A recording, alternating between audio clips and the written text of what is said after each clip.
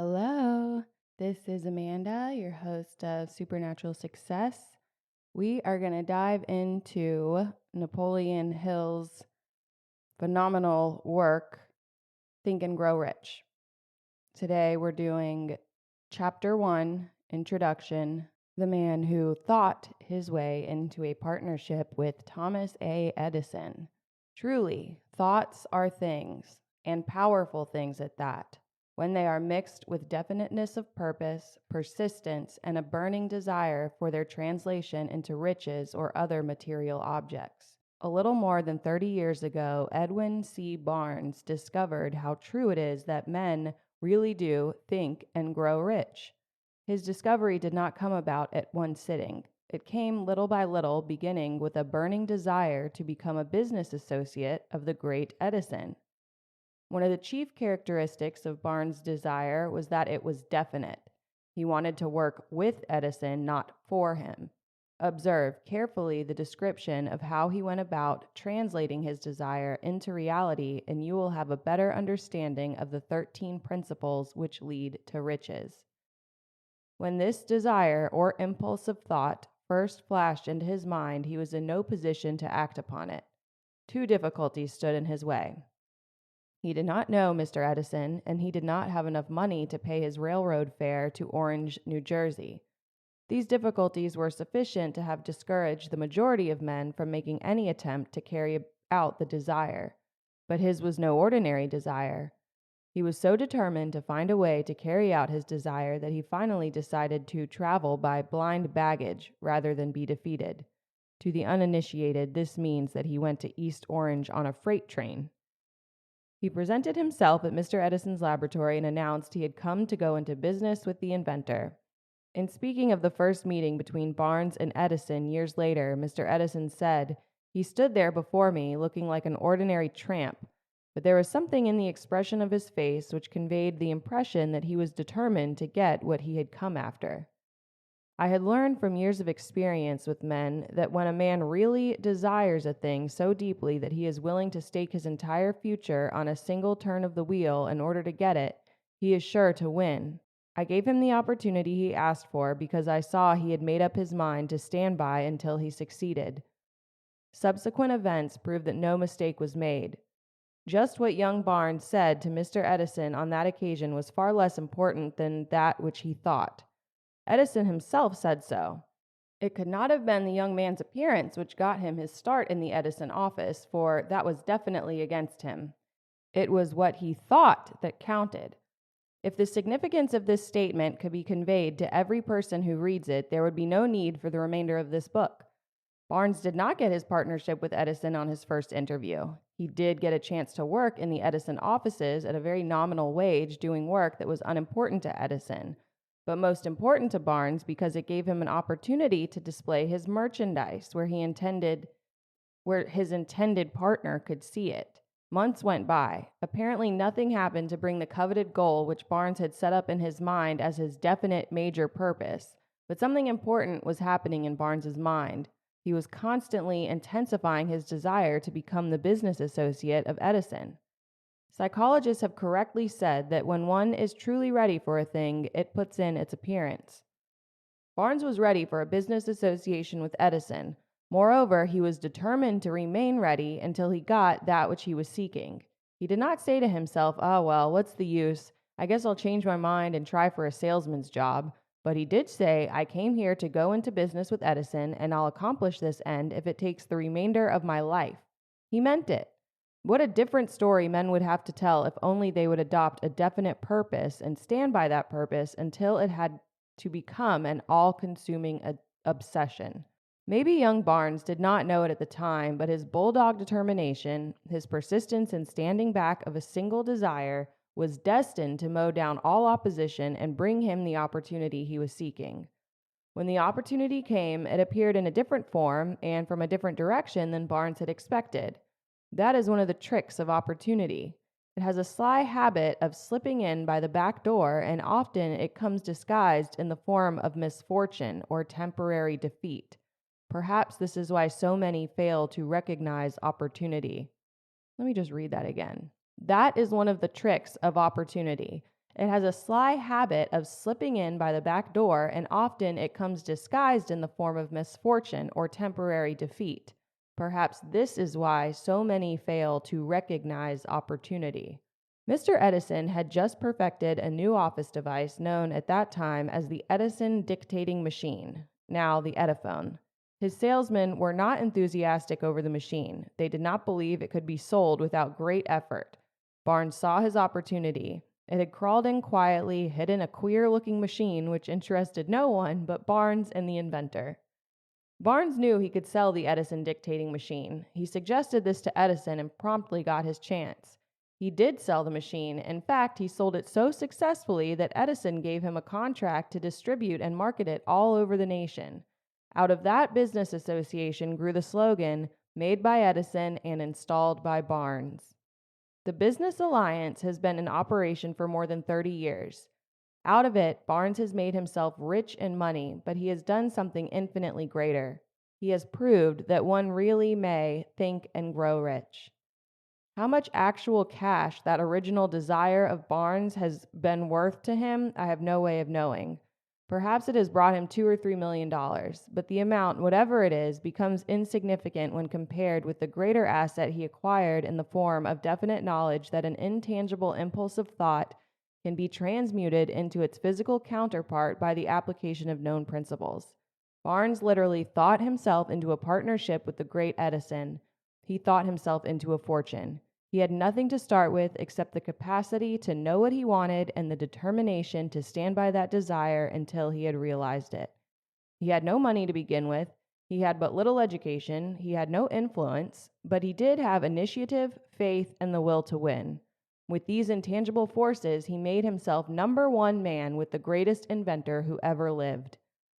Now, let us look at a different situation and study a man who had plenty of tangible evidence of riches but lost it because he stopped 3 feet short of the goal he was seeking. 3 feet from gold. One of the most common causes of failure is the habit of quitting when one is overtaken by a temporary defeat. Every person is guilty of this mistake at one time or another. An uncle of R.W. Darby was caught by the gold fever in the gold rush days and went west to dig and grow rich. He had never heard that more gold has been mined from the brains of men than has ever been taken from the earth. He staked a claim and went to work with pick and shovel. The going was hard, but his lust for gold was definite. After weeks of labor, he was rewarded by the discovery of the shining ore. He needed machinery to bring the ore to the surface. Quietly, he covered up the mine, retraced his footsteps to his home in Williamsburg, Maryland, told his relatives and a few neighbors of the strike. They got together money for the needed machinery, had it shipped. The uncle and Darby went back to work the mine. The first car of ore was mined and shipped to a smelter. The returns proved that they had one of the richest mines in Colorado. A few more cars of that ore would clear the debts. Then would come the big killing and profits. Down went the drills, up went the hopes of Darby and Uncle. Then something happened. The vein of gold ore disappeared. They had come to the end of the rainbow, and the pot of gold was no longer there.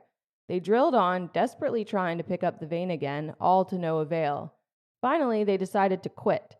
They sold the machinery to a junk man for a few $100s and took the train back home. Some junk men are dumb, but not this one. He called in a mining engineer to look at the mine and do a little calculating.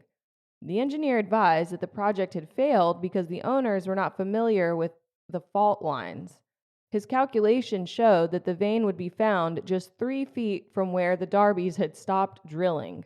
That is exactly where it was found. The junk man took millions of dollars in ore from the mine because he knew enough to seek expert counsel before giving up. Most of the money which went into the machinery was procured through the efforts of R.W. Darby, who was then a very young man. The money came from his relatives and neighbors because of their faith in him. He paid back every dollar of it, although he was years in doing so. Long afterward, Mr. Darby recouped his loss many times over when he made the discovery that desire can be transmuted into gold. The discovery came after he went into the business of selling life insurance. Remembering that he had lost a huge fortune because he stopped 3 feet from gold, Darby profited by the experience in his chosen work by the simple method of saying to himself, I stopped 3 feet from gold, but I will never, ever stop because men say no when I ask them to buy insurance. Darby is one of the small group of fewer than 50 men who sell more than $1 million in life insurance annually. He owes his stickability to the lesson he learned from his quitability in the gold mining business. Before success comes in any man's life, he is sure to meet with much temporary defeat and perhaps some failure. When defeat overtakes the man, the easiest and most logical thing to do is quit. That is exactly what the majority of men do. More than 500 of the most successful men this country has ever known told the author their greatest success came just one step beyond the point at which defeat had overtaken them. Failure is a trickster with a keen sense of irony and cunning. It takes great delight in tripping one when success is almost within reach. One more time for those in the back. Failure is a trickster with a keen sense of irony and cunning. It takes great delight in tripping one when success is almost within reach. A 50-cent lesson in persistence.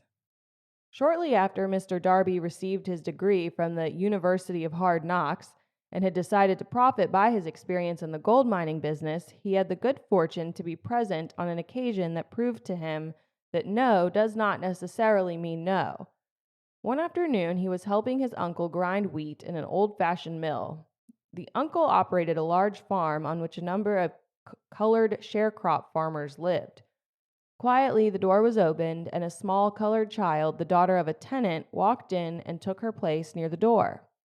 The uncle looked up, saw the child, and barked at her roughly. "What do you want?" Meekly, the child replied, "My mammy say send her 50 cents. "I'll not do it," the uncle retorted. "Now you run on home." "Yes, sir," the child replied, but she did not move. The uncle went ahead with his work, so busily engaged that he did not pay enough attention to the child to observe that she did not leave. When he looked up and saw her still standing there, he yelled at her, "I told you to go on home. Now go, or I'll take a switch to you."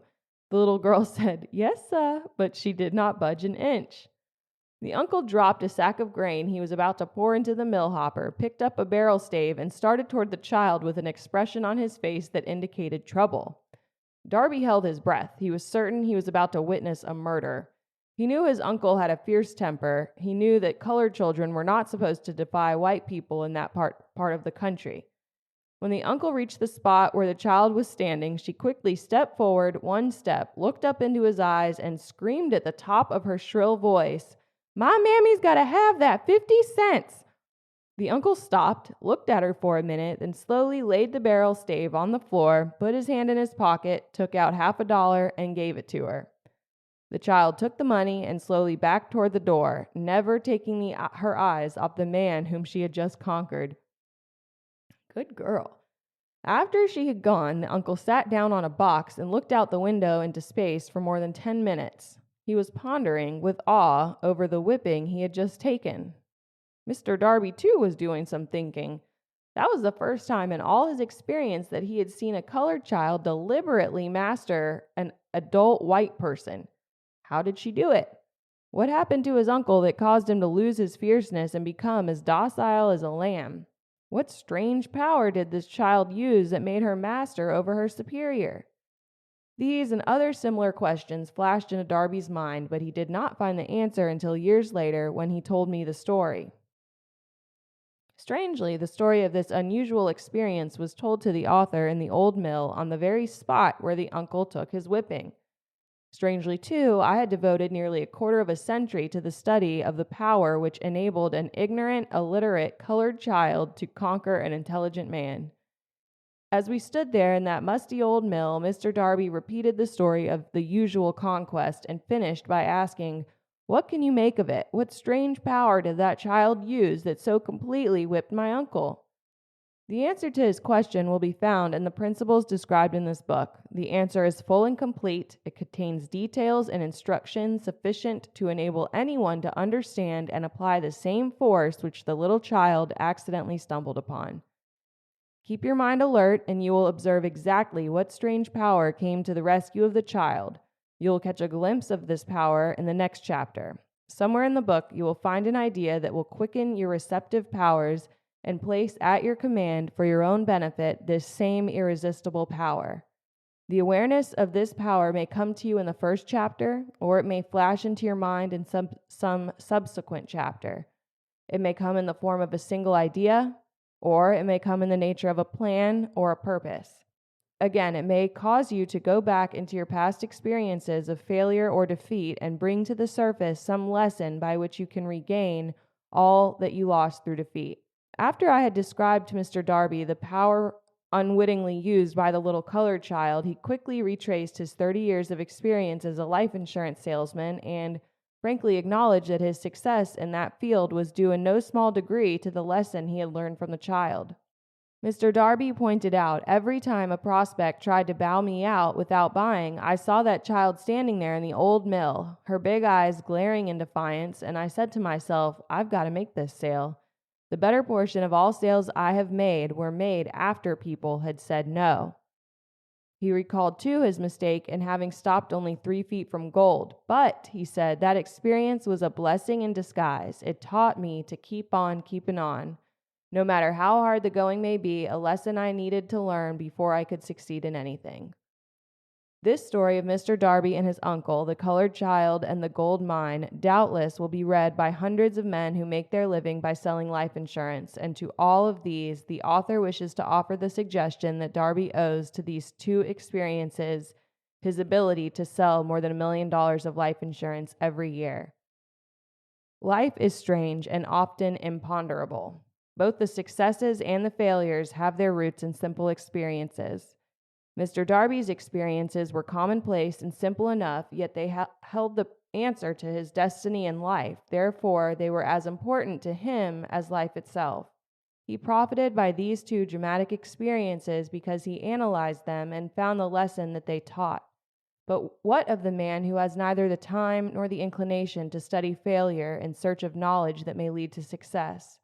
Where and how is he to learn the art of converting defeat into stepping stones of opportunity? In answer to these questions, this book was written.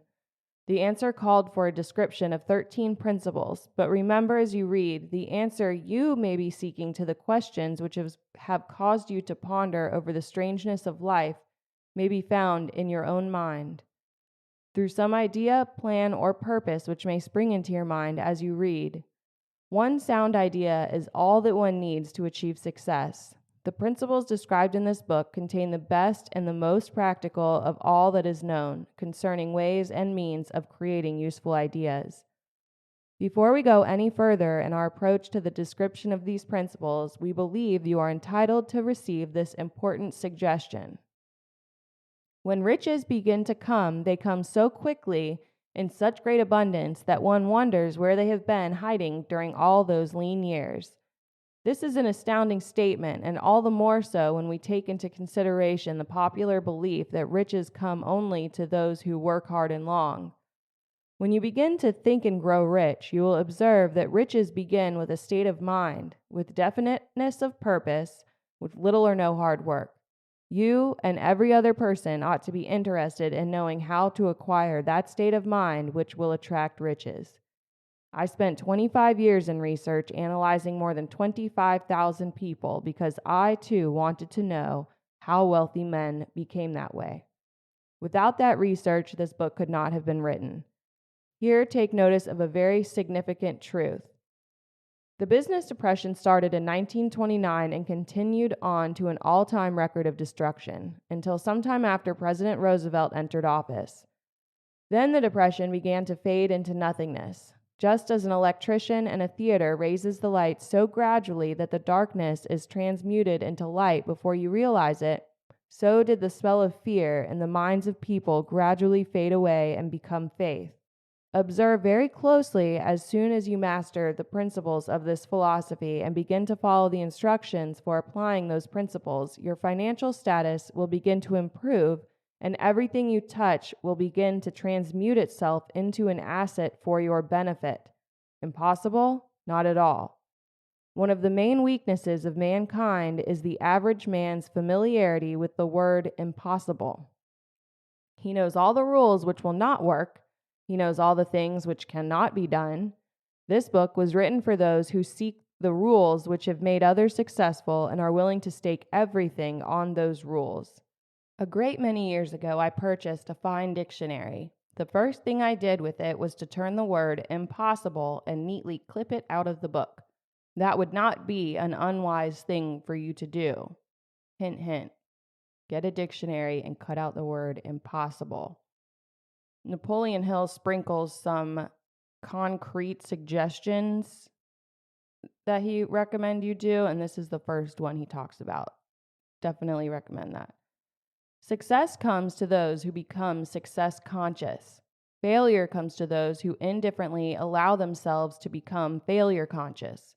The object of this book is to help all who seek it to learn the art of changing their minds from failure consciousness to success consciousness.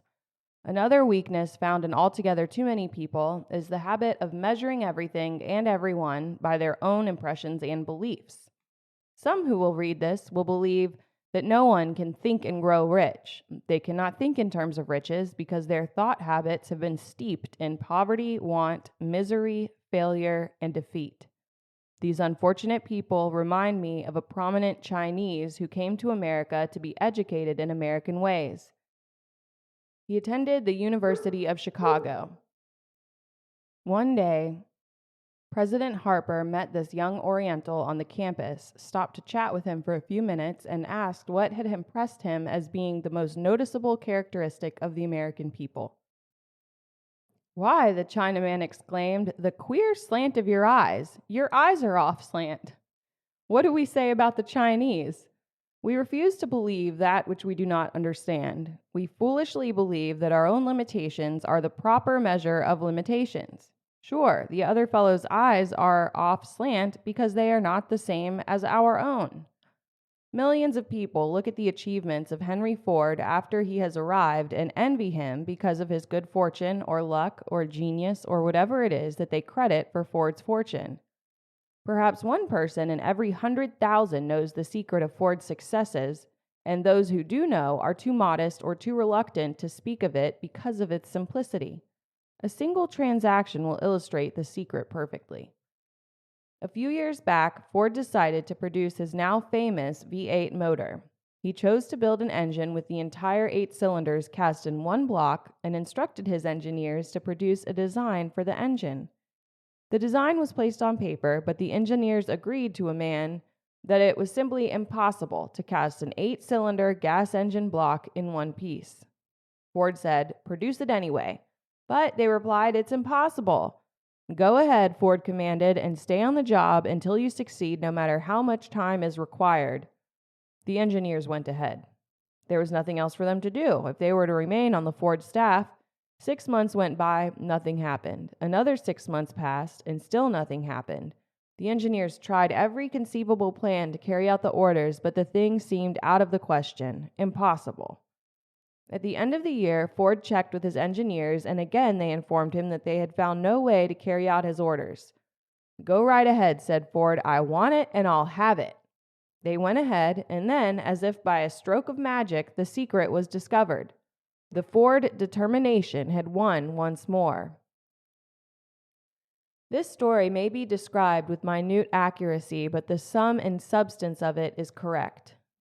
Deduce from it, you who wish to think and grow rich, the secret of the Ford millions, if you can, you'll not have to look very far.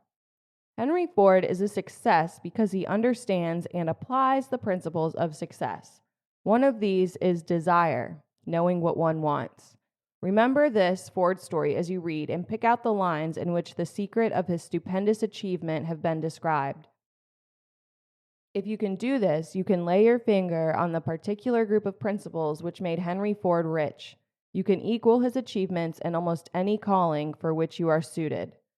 You are the master of your fate, the captain of your soul, because when Henry wrote the prophetic lines, "I am the master of my fate, I am the captain of my soul," he should have informed us that we are the masters of our fate, the captains of our souls, because we have the power to control our thoughts. He should have told us that the ether in which this little earth floats in which we move and have our being is a form of energy moving at an inconceivably high rate of vibration, and that the ether is filled with a form of universal power which adapts itself to the nature of the thoughts we hold in our minds and influences us in natural ways to transmute our thoughts into their physical equivalent. Wow, that is deep. One more time. He should have told us that the ether in which this little earth floats, in which we move and have our being, is a form of energy moving at an inconceivably high rate of vibration, and that the ether is filled with a form of universal power which adapts itself to the nature of the thoughts we hold in our minds and influences us in natural ways to transmute our thoughts into their physical equivalent. Oh, yeah. If the poet had told us of this great truth, we would know why it is that we are the masters of our fate, the captains of our souls. He should have told us with great emphasis that this power makes no attempt to discriminate between destructive thoughts and constructive thoughts, that it will urge us to translate into physical reality thoughts of poverty just as quickly as it will influence us to act upon thoughts of riches. He should have told us, too, that our brains become magnetized with the dominating thoughts which we hold in our minds and by means with which no man is familiar. These magnets attract us to the forces, the people, and the circumstances of life which harmonize with the nature of our dominating thoughts. Oh, yeah. He should have told us, too, that our brains become magnetized with the dominating thoughts which we hold in our minds, and by means with which no man is familiar, these magnets attract to us the forces, the people, the circumstances of life which harmonize with the nature of our dominating thoughts.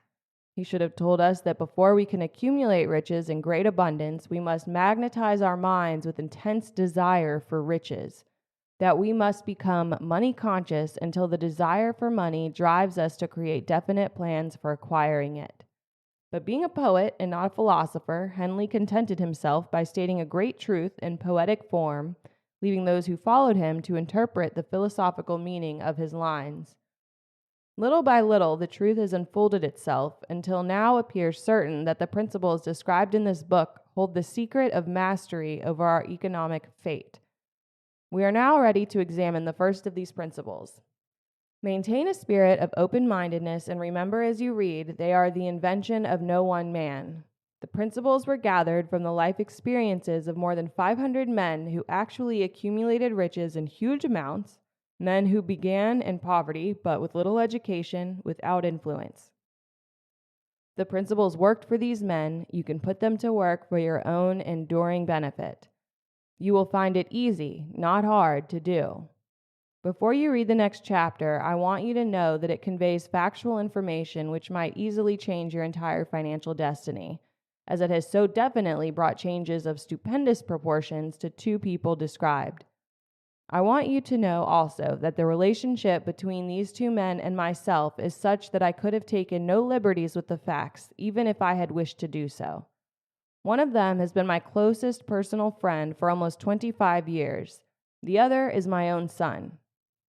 The unusual success of these two men, successes which they generously accredit to the principle described in the next chapter, more than justifies this personal reference as a means of emphasizing the far-flung power of this principle.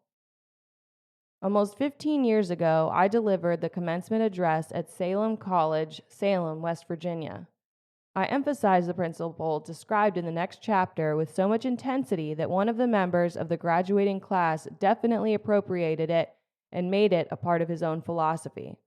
The young man is now a member in Congress and an important factor in the present administration.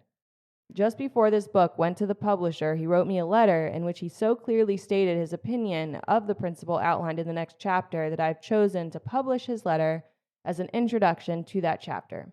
It gives you an idea of the rewards to come. My dear Napoleon, my service as a member of Congress having given me an insight into the problems of men and women, I am writing to offer a suggestion which may become helpful to thousands of worthy people. With apologies, I must state that the suggestion, if acted upon, will mean several years of labor and responsibility for you, but I am enheartened to make the suggestion because I know your great love for rendering useful service. In 1922, you delivered the commencement address at Salem College when I was a member of the graduating class. In that address, you planted in my mind an idea which has been responsible for the opportunity I now have to serve the people of my state and will be responsible in a very large measure for whatever success I may have in the future. The suggestion I have in mind is that you put into a book the sum and substance of the address you delivered at Salem College, and in that way give the people of America an opportunity to profit by your many years of experience in association with the men who, by their greatness, have made America the richest nation on earth. I recall, as though it were yesterday, the marvelous description you gave of the method by which Henry Ford, with but little schooling, without a dollar, with no influential friends, rose to great heights. I made up my mind then, even before you had finished your speech, that I would make a place for myself no matter how many difficulties I had to surmount. Thousands of young people will finish their schooling this year and within the next few years. Every one of them will be seeking just such a message of practical encouragement as the one I received from you. They will want to know where to turn, what to do to get started in life. You can tell them because you have helped to solve the problems of so many people. If there is any possible way that you can afford to render so great a service, may I offer the suggestion that you include with every book one of your personal analysis charts, in order that the purchaser of the book may have the benefit of a complete self-inventory, indicating, as you indicated to me years ago, exactly what is standing in the way of success. Such a service as this, providing the readers of your book with a complete, unbiased picture of their faults and their virtues, would mean to them the difference between success and failure. The service would be priceless. Millions of people are now facing the problem of staging a comeback because of the Depression, and I speak from personal experience when I say I know these earnest people would welcome the opportunity to tell you their problems and to receive your suggestions for the solution. You know the problems of those who face the necessity of beginning all over again. There are thousands of people in America today who would like to know how they can convert ideas into money, people who must start at scratch without finances and recoup their losses. If anyone can help them, you can. If you publish the book, I would like to own the first copy that comes from the press, personally autographed by you. With best wishes, believe me, cordially yours, Jennings Randolph. This is the end of Chapter 1. I will put the key takeaways and Napoleon Hill's suggestions for you to do at home. This is Amanda from Supernatural Success. If you did like Chapter 1 and this video, please don't forget to give me a like, and hey, why don't you subscribe while you're at it? I'll put a link to Chapter 2 in the description. I will see you there.